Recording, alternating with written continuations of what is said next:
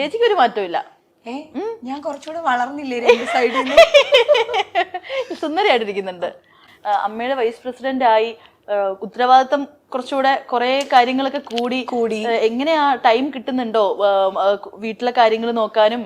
അങ്ങനെ അമ്മയിലെ ഒരു വൈസ് പ്രസിഡന്റിന് അത്ര വലിയൊരു ഒരുപാട് കാര്യങ്ങളൊന്നും ചെയ്യാനില്ല. അതായത് ഞങ്ങൾക്ക് മന്ത്ലി വൺസ് അല്ലെങ്കിൽ ട്വൈസ് ഒക്കെയാണ് ഞങ്ങൾക്ക് മീറ്റിങ്ങും കാര്യങ്ങളും ഉള്ളത്. എല്ലാം നമ്മൾ ഓരോരോ ഗ്രൂപ്പ് ആയിട്ടാണ്. അപ്പൊ അതുകൊണ്ട് എല്ലാം കൂടി ഒരാളുടെ തലയിലൂടെ എന്ന് പറയുന്ന ഒരു പോളിസി ഇല്ല. അപ്പം ഓരോ കാര്യങ്ങൾക്കും ഓരോ വിങ് ഉണ്ടാവും. ഒരു 5 or 6 പേരടങ്ങുന്ന ഒരു ഗ്രൂപ്പ്. അപ്പം അതിനൊരു ലീഡർ ഉണ്ടാവും. അതിൽ 2-3 കാര്യങ്ങളുടെ ലീഡർ ഞാനാണ്. അപ്പം നമുക്കത് മാനേജ് ചെയ്യാം. ഇപ്പൊ നമ്മൾ അവിടെ പോയില്ലെങ്കിൽ പോലും നമ്മുടെ ഗ്രൂപ്പിലുള്ള മറ്റു ആൾക്കാർ അത് മാനേജ് ചെയ്യും. ഇപ്പം അവർക്ക് പറ്റില്ലെങ്കിൽ നമ്മൾ ഉത്തരവാദിത്തത്തോടു കൂടി നമ്മൾ പോകും. അപ്പൊ എല്ലാരും ഒരു മനസ്സായിട്ട് ഒരുമിച്ച് അങ്ങനെ അങ്ങ് പോകുന്നു. പിന്നെ മൊത്തത്തില് നോക്കുകയാണെങ്കിൽ ലൈഫ് എങ്ങനെ പോകുന്നു?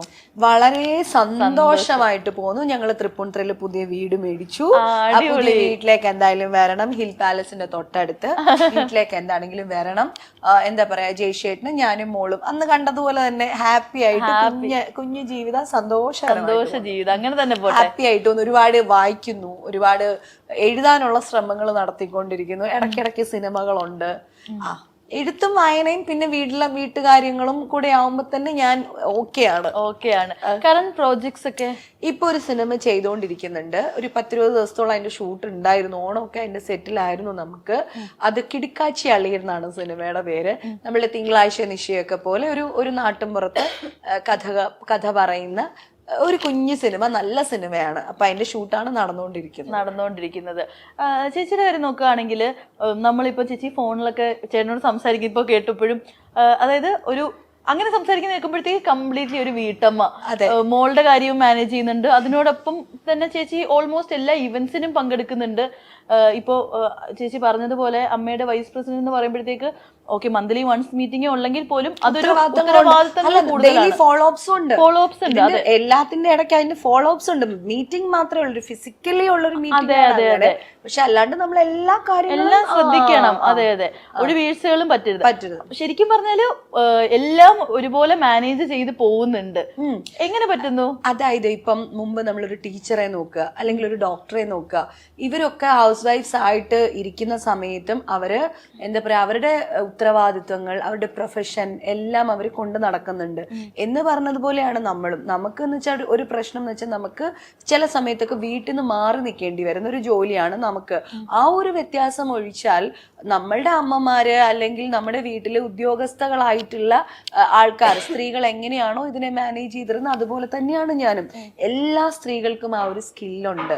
എല്ലാ സ്ത്രീകളും മൾട്ടി ടാസ്ക് ചെയ്യാനായിട്ട് മിടുക്കികളാണ്. ഇപ്പൊ ഇന്ന് തന്നെ നോക്കൂ, ഇന്നത്തെ ഒരു ദിവസം പറയാനാണെങ്കിൽ ഇന്ന് മാധുന് സ്കൂളിൽ പോകണ്ടായിരുന്നു. മാധു ഇന്ന് സ്കൂളിൽ പോയില്ല.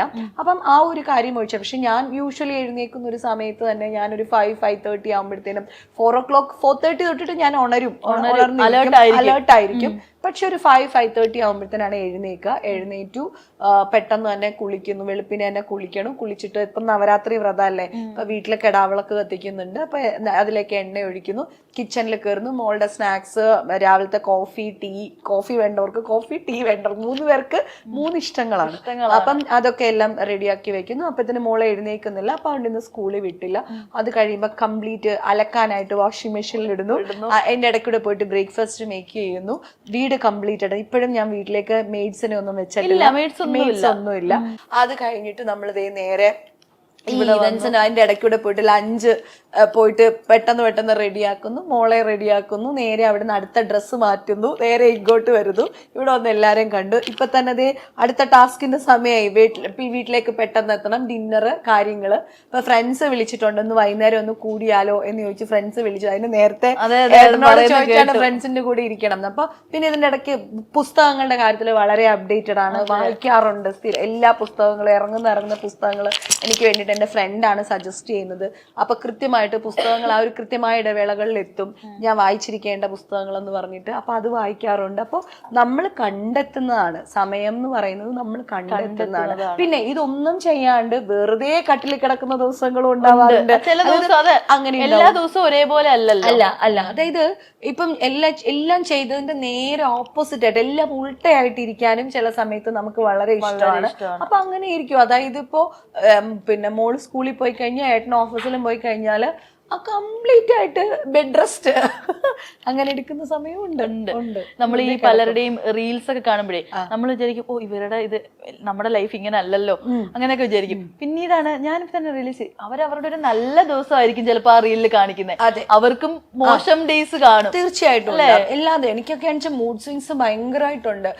നമ്മൾ എല്ലാ ദിവസവും ചെയ്യുന്ന കാര്യങ്ങൾ പെട്ടെന്ന് ബോറടിക്കുന്നൊക്കെ ഒരാളാണ്. അപ്പം എല്ലാ ദിവസവും ഇങ്ങനെ ഒരു പോലെ അത് പറ്റില്ല. അപ്പൊ എന്തോ നമ്മളെ സംബന്ധിച്ചൊരു ഗുണം എന്ന് വെച്ചാൽ നമ്മൾ ജോലി ആവശ്യങ്ങൾക്കായിട്ട് പുറത്താണ്, എന്നും ഒരേ സ്ഥലത്തുള്ള ജോലി അല്ല നമുക്ക്. ജോലി സ്ഥലങ്ങൾ ഇങ്ങനെ മാറി മാറുന്നുണ്ട്, ആളുകൾ മാറുന്നുണ്ട്, പുതിയ പുതിയ മുഖങ്ങൾ കാണുന്നു. അത് നമ്മളെ സംബന്ധിച്ച് ഒരു എന്താ പറയാ നമുക്കൊരു ഫ്രഷ്നെസ് ആണ്, അതൊരു ഉണർവാണ് നമുക്ക് തരുന്നത്. അങ്ങനെയൊക്കെ ഒന്ന് പോയി, അല്ലെങ്കിൽ ഒരു ഷോപ്പിങ്ങിനൊക്കെ ഒന്ന് പോയി ഒന്ന് കറങ്ങിയൊക്കെ ഒരു മടുപ്പ് അതങ്ങ് മാറും. ചേച്ചി അയ്യോ അത് പറയാൻ മറന്നു. ഇപ്പൊ ചേച്ചി വീഡിയോ കോൾ വിളിച്ചപ്പോഴത്തേക്കാ ഞാൻ ഇവരല്ലേ കഴിഞ്ഞ മാസം ഡിവോഴ്സ് ആയത് ന്യൂസ്. ഇത്ര മനോഹരമായിട്ട് പോകുന്ന ഒരു ഫാമിലിയിലെ ആണല്ലോ ഇടയ്ക്കിടയ്ക്ക് പിടിച്ച് ഡിവോഴ്സ് ആക്കട്ടെ. ഇപ്പൊ ഈ കഴിഞ്ഞ മാസത്തെ ഡിവോഴ്സ് കൂടെ അത് കഴിഞ്ഞു. ഇനി അടുത്തത് എപ്പോഴാണ്? അടുത്ത മാസമായിരിക്കും. ഇത് നിങ്ങള് ആദ്യമൊക്കെ വിഷമം തോന്നുമായിരുന്നു ഇതൊക്കെ കാണും? ആദ്യമല്ല, അതായത് ഈ എഴുത്ത് പരിപാടികൾ ഉണ്ടല്ലോ, അപ്പം ഞാൻ എഴുതുമ്പോ മിക്കവരും ആൾക്കാർ ഓർക്കുന്നത് എന്റെ കാര്യങ്ങളെ കുറിച്ചാണ് ഞാൻ എഴുതുന്നതാണ്. പിന്നെ ഒരു കാര്യമുണ്ട്, എപ്പോഴോ ഏട്ടനുമായിട്ട് വഴക്കിട്ടിരുന്ന പിണക്കമുണ്ട്, അറിയാലോ ഈ ഇണക്കം എത്രയാണോ അതുപോലെ പിണക്കമുണ്ട്. ആ ഒരു സമയത്ത് എനിക്കൊരു ചെറിയ കയ്യബദ്ധം പറ്റി ഞാനൊരു എന്താ പറയാ എന്നെ വായിക്കുന്ന ആൾക്കാരുണ്ട്, വായിക്കുന്ന. അപ്പം അവരും നമ്മളുമായിട്ട് ഇങ്ങനെ ചാറ്റ് ചെയ്യുക, അവരുടെ കമന്റ്സ് ഒക്കെ വായിക്കുക, അയ്യോ അങ്ങനെ പാടില്ല ഇങ്ങനെ വെള്ളി, ഇത്രയൊക്കെ ഞാൻ പ്രതീക്ഷിച്ചിരുന്നുള്ളൂ. പക്ഷെ ഈ പോസ്റ്റ് ഇട്ട് കഴിഞ്ഞ ഒരു 2 മിനിറ്റിനുള്ളിൽ എനിക്ക് മനസ്സിലായി അയ്യോ ഇത് റൂട്ട് മാറി പോകുന്നു. അപ്പൊ തന്നെ പോസ്റ്റ് ഡിലീറ്റ് ചെയ്തു. എന്റെ പോസ്റ്റ് നിങ്ങൾക്ക് എന്റെ ഒരു വാളിലും കാണാൻ പറ്റില്ല. പോസ്റ്റ് ഒക്കെ ഡിലീറ്റ് ചെയ്യെങ്കിലും അത് പക്ഷെ വേറെ ആൾക്കാരെടുത്ത് അതങ്ങ് ഭയങ്കര വൈറലാക്കി. എന്നാ ഇതെന്താണ് ഒരാൾക്ക് മൂഡ് സ്വിങ്സ് കാര്യങ്ങൾ ഇതൊക്കെ ഉണ്ടാവും. അപ്പൊ എനിക്ക് മനസ്സിലായി ഇത് നമ്മൾക്ക് ഇത് പറ്റില്ല, ഇങ്ങനത്തെ അതൊന്നും എടുത്തു ചാടി ഒന്നും ഇടൂല.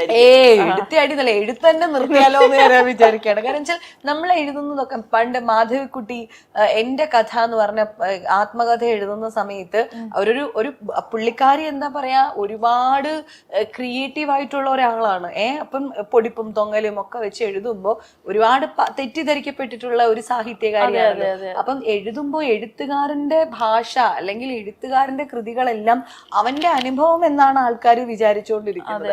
അപ്പം അത് എഴുത്തിൽ എനിക്കും സംഭവിക്കുന്നുണ്ട്. ചേട്ടന്റെ റിയാക്ഷൻ, ചേട്ടൻ വഴക്ക് പറഞ്ഞു ഇനി മേലെ ഇടരുത്. ഏട്ടൻ വഴക്ക് പറയില്ല, ഏട്ടൻ ഭയങ്കര വിഷമായി പോയി. പിന്നെ ഏട്ടനെ സംബന്ധിച്ച് ഏട്ടൻ എല്ലാ ദിവസവും വീട്ടിൽ നിന്ന് കുളിച്ചൊരുങ്ങി രാവിലെ ഓഫീസിൽ പോന്നു, ഞാനില്ലാത്തപ്പം മാധുവിനെ നോക്കുന്നു, ഞാൻ മിണ്ടുന്നില്ല, ലക്ഷ്മി മിണ്ടുന്നില്ല, അല്ലെങ്കിൽ ജയശേട്ടൻ മിണ്ടുന്നില്ല എന്നും പറഞ്ഞിരിക്കുന്നു. അത് 2 ദിവസം കഴിയുമ്പോ ആ പിണക്കം അങ്ങ് മാറും, പോസ്റ്റ് ഒക്കെ ഇട്ടു. അപ്പോഴത്തേക്ക് പിന്നെ ആ സമയത്ത് കുറച്ച് ദിവസങ്ങൾ മിണ്ടാതിരുന്നിരുന്നു. അത് ശരിയാണ്, അങ്ങനെ മിണ്ടാതിരുന്നത് അത്ര തന്നെ ഉണ്ടായിട്ടുള്ളൂ. അതിൽ കവിഞ്ഞിട്ട് അങ്ങനെ ഒരു വ്യക്തി എന്റെ ലൈഫിൽ ഇല്ലാത്തത് എനിക്ക് ചിന്തിക്കാൻ പോലും പറ്റില്ല. അറിയാലോ ഈ പോസ്റ്റ് ആളുകൾ ഷെയർ ചെയ്തപ്പോഴാണോ മനസ്സിലായത് ഞങ്ങൾക്ക് തമ്മിൽ പിരിയാൻ പറ്റൂല എന്നുള്ളത്? അല്ലല്ല, പിരിയാൻ പറ്റില്ല എന്നുള്ളത് അത് എഴുതുമ്പോഴും അറിയാം. അതല്ല, ആളുകൾ ഷെയർ ചെയ്തപ്പോഴേ പേടിച്ചു പോയോ? അതും പേടിച്ചു, ഭയങ്കര പാനിക്കായി.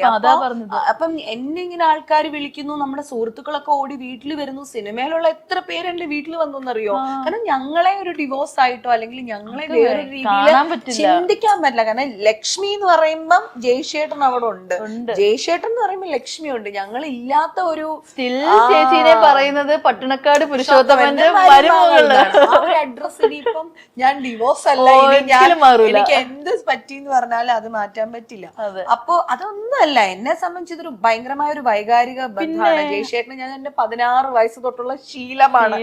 ഇപ്പൊ എനിക്ക് 40 വയസ്സായി. ഇത്രയും 24 വർഷമായിട്ട് എന്റെ ടീനേജ് മുതൽ ഞാനൊരാളെ കണ്ടുകൊണ്ടിരിക്കുകയാണ്. അദ്ദേഹത്തിന്റെ ഒപ്പം വളർന്ന ഒരു കുട്ടിയാണ് ഞാൻ. പിന്നല്ലേ ഇപ്പോഴും ജേഷിയേട്ടൻ എന്നെ മാധുവിനെയും വെച്ചിട്ടാണ് കമ്പയർ ചെയ്യുന്നത്. മാധുവിനെ കാട്ടി ഇച്ചിരി വലുത് അത്രയല്ലേ ഉള്ളൂ ലക്ഷ്മി എന്നുള്ള ഒരു ആറ്റിറ്റ്യൂഡിലാണ്. ഏട്ടൻ ശരിക്കും പറഞ്ഞാൽ എന്നെ ഒരു മകളെ പോലെയൊക്കെയാണല്ലോ കണ്ടുകൊണ്ടിരിക്കുന്നത്. ഏട്ടനെ ഭയങ്കര എഫക്ട് ചെയ്തിരുന്നു. ചേട്ടൻ അതായത് ഒരു 16 വയസ്സ് ഒരു ഒന്നും ഇല്ലാത്ത ഒരു കുട്ടീനെ വളർത്തി വലുതാക്കി എടുത്തു ഏട്ടന്റെ ഇഷ്ടത്തിന്. ഏട്ടൻ്റെതായ ഇഷ്ടത്തിൽ എന്നെ മോൾഡ് ചെയ്ത് എടുക്കുകയാണ് ചെയ്തത്.